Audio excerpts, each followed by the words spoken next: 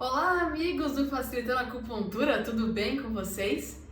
Esses dias atrás eu publiquei um vídeo falando sobre fatores patogênicos, que são os fatores que causam doenças em medicina chinesa.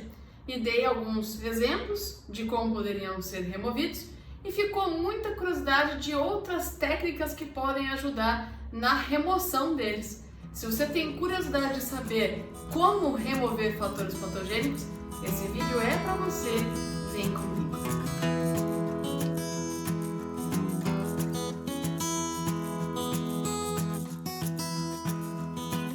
Muito bem, gente. Então, como eu disse, como eu iniciei esse vídeo, eu falei alguns dias atrás sobre fatores patogênicos, que na medicina chinesa são os fatores que causam doenças, como o calor, a umidade, a secura, o frio e o vento.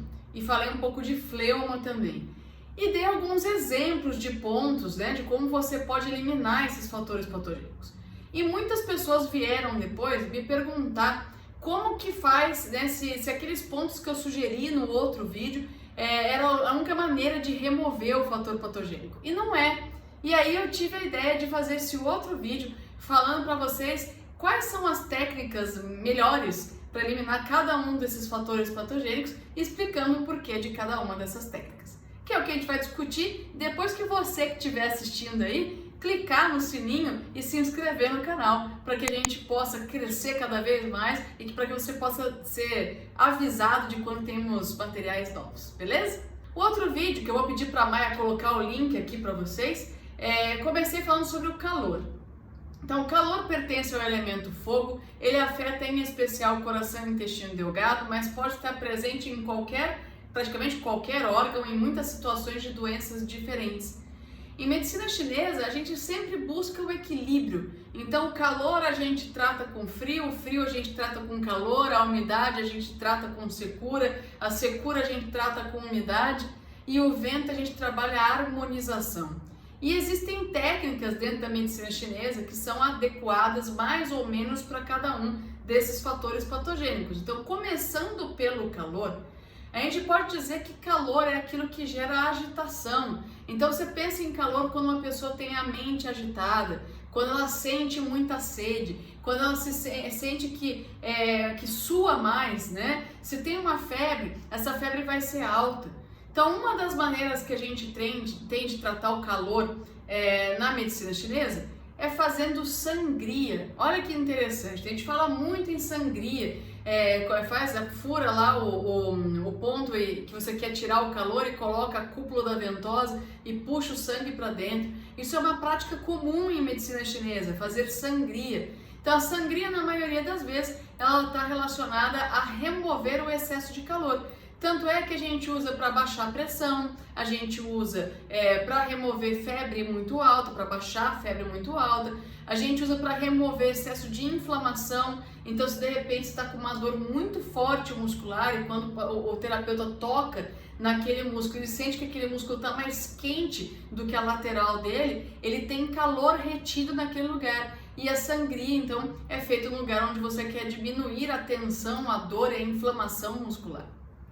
Então isso é bem utilizado em medicina chinesa e não há, assim como eu posso dizer para vocês, perigo, não há risco de fazer a sangria desde que feito por um profissional habilitado com as devidas normas de biossegurança sendo seguidas.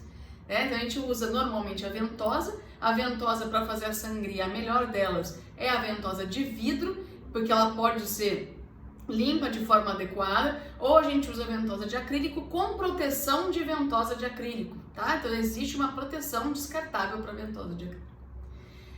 Para remover a umidade, o que a gente faz para remover a umidade? Gente, pensa assim, se você pega uma panela que você acabou de lavar e sobrou um pouquinho de água naquele fundo daquela panela, a gente pode imaginar que aquilo é umidade, certo? Se eu colocar essa panela sem nada dentro, só com um restinho de água dentro, num fogão, e acender o fogo do fogão, você vai ver que aquele fogo vai aquecer aquela umidade e aquela umidade vai evaporar. Então, em medicina chinesa, quando a gente consegue entender como é que funciona a natureza, a gente consegue curar o paciente mais fácil, de forma mais rápida. O que vai tratar a umidade é o calor. Então, se você tem um paciente, sintomas gerais de umidade, A gente tem inchaço, né? Então a retenção de líquido pode ser inchaço numa articulação, como no entorse do tornozelo, pode ser uma retenção de líquido no abdômen, pode ser uma retenção de líquido no rosto, pode ser acúmulo de gordura localizada. A gordura localizada também é considerada umidade. Pode ser, vamos ver o que mais que a gente pode colocar como sendo uma umidade. Sinusite, né? Então o catarro da sinusite é a umidade, a sensação de peso no corpo, de peso na cabeça, né? Tudo isso pode ser considerado umidade, além de outras muitas coisas. A dificuldade de raciocínio, por exemplo, pode ser umidade. O que trata a umidade, gente, é calor. Então, o que você pode usar dentro das técnicas de medicina chinesa para tratar a umidade? Você pode usar moxa. E aonde você pode usar a moxa? Você pode usar a moxa no local da umidade, no caso do entorse do tornozelo, ou você pode usar a moxa nos pontos que você tem como indicação a remoção de umidade. Por exemplo, Maia, coloca para o pessoal aí, por favor, o ponto BP9. BP9 ele tira a umidade, principalmente quando a pessoa tem sensação de peso nas pernas, sensação de má circulação nas pernas, cansaço nas pernas. Você pode usar moxa no BP9, que a Maia está colocando para vocês. Ah, Fernanda, então eu posso usar a moxa e posso usar a ventosa na sangria, não só no lugar onde existe o problema, mas também no ponto de acupuntura com a indicação de remoção do fator patogênico? Sim, eu dei exemplos para vocês no outro vídeo que tiram calor. E aí, para tirar calor, você pode usar aquele ponto que eu indiquei ou pode usar sangria naquele ponto. Você pode tirar a umidade no ponto que eu indiquei para tirar a umidade, ou você pode usar a moxa naquele ponto. Eu posso associar técnicas, agulhas, moxas, ventosas, sangrias? Pode. Então, você pode sim, e é muito bem-vinda a associação de técnicas, tá? Muito bom. E para tratar a secura? E aí vem um problema, porque a secura a gente trata com umidade. E aí não existe, você não vai jogar água no seu paciente, gente, pelo amor de Deus. Não, jogar água não vai funcionar, não é deixar o paciente úmido. Então o que você pode fazer para poder remover a secura? O que trata a secura é a umidade, então você tem que usar pontos de acupuntura que tonifiquem os fluidos corpóreos, né? Então eu dei uma sequência para vocês, vou dar a sequência de novo para vocês nesse, mas eu vou dar outra dica. Então eu gosto muito da combinação, então se a Maia puder colocar pra gente aí o BP6, o R6, que dá para colocar até na mesma imagem, BP6 com R6, colocar o CS6 para vocês, são pontos que tonificam os fluidos corpóreos. Mas e aí é interessante que você entenda que quando falta fluido no corpo e você tem secura, você não adianta só você colocar pontos de acupuntura e não orientar o teu paciente no consumo de substâncias, de alimentos que ajudem na produção de fluidos. Então, o que a gente indica para o paciente? Alimentos que sejam frios e frescos. Procurem a tabela de alimentação terapêutica. A Maia pode colocar para a gente aí o link do blog das tabelas de alimentação terapêutica que vocês vão recomendar para o seu paciente se alimente de alimentos que tenham essências frias e frescas. Por quê? Os alimentos frios e frescos, eles ajudam na produção de fluidos. E os fluidos, por característica, são de energia Yin. Energia Yin é uma energia que é fresca, uma energia que é fria.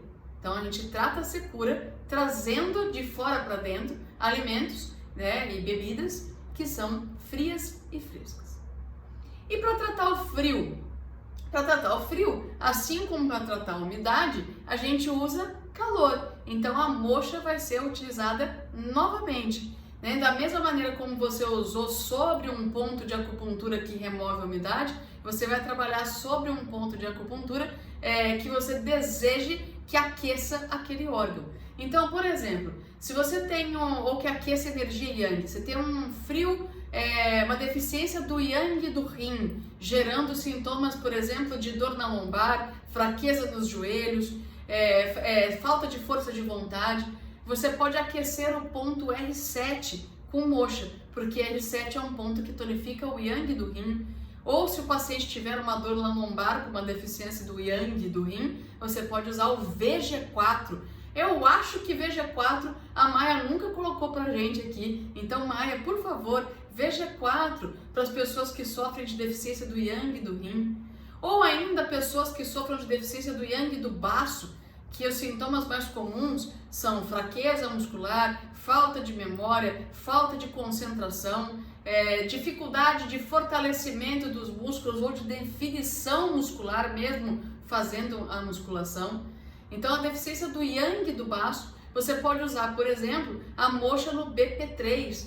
BP3 é um ponto que fortalece o baço de uma forma geral, mas quando você aplica calor a esse ponto, você vai estar dizendo para o seu organismo que o que você precisa é que você dê calor, que melhore o Yang. Então o frio interno será dispersado.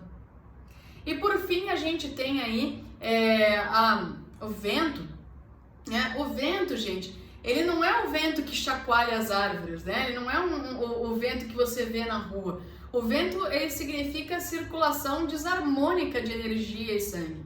E sim, o que vocês estão vendo agora balançando aqui é o rabo da Chica. Isso é vento, né? Esse movimento, que talvez ela não esteja controlando nesse momento, ele é a circulação desarmônica de energia e sangue que você precisa harmonizar. Então não existe especificamente uma técnica na medicina chinesa para remover o vento, mas sim pontos de acupuntura, como eu já tinha dito no outro vídeo, como o VB20, VB21, F3, VB39, que controlam o vento, que removem o vento do organismo. E uma coisa que é muito interessante, gente, é que a gente pode misturar técnicas, mas a gente não pode usar técnicas que sejam antagônicas. Então uma pergunta que é muito comum nos meus vídeos é quando eu falo de algum ponto, então vamos colocar, por exemplo, um CS6 para quem quer acalmar a ansiedade. A ansiedade, ela é uma doença da agitação, é uma doença do calor. E aí as pessoas me perguntam, eu posso fazer moxa nesse ponto? E aí vem a grande importância nesse finalzinho de vídeo. A gente não combate calor com calor. A gente não combate frio com frio, umidade com umidade. Então não, você não deve usar a moxa nos pontos em que você deseja que o calor seja retirado. Você não deve oferecer alimentos de essência úmida para um paciente que tem sintomas de umidade interna. E nem deve, por exemplo, usar então um paciente que tenha deficiência de energia Yin, tem deficiência de umidade gerando secura. Você não pode colocar calor em quem já está seco. Então tomem cuidado na escolha, né, que você tem das técnicas que você vai utilizar, para que você não esteja reforçando um fator patogênico ao invés de eliminar. Então sempre pense nisso. Calor eu trato com frio, frio eu trato com calor, umidade eu trato com secura, secura eu trato com umidade e o vento eu trato harmonizando o fluxo de energia e de sangue.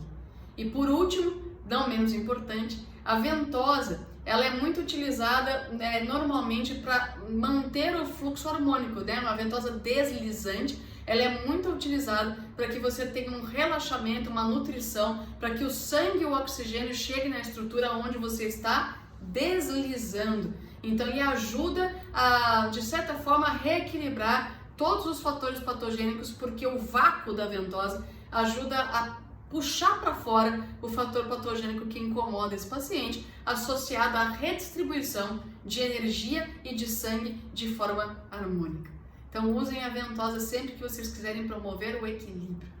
Era isso que eu tinha para falar para vocês. Eu espero que tenha ajudado um pouquinho mais, é como se fosse uma fase 2, né, do vídeo de fatores patogênicos, de como você deve e pode eliminá-los, e que você possa escolher agora não somente os pontos de acupuntura, mas uma técnica a mais no seu consultório, na sua casa, se você for terapeuta de alguém, para que você possa tratar o paciente de forma mais rápida, mais eficaz, que o seu paciente possa se sentir melhor e mais rápido. Um beijo grande para vocês, a gente se vê logo em breve no próximo vídeo.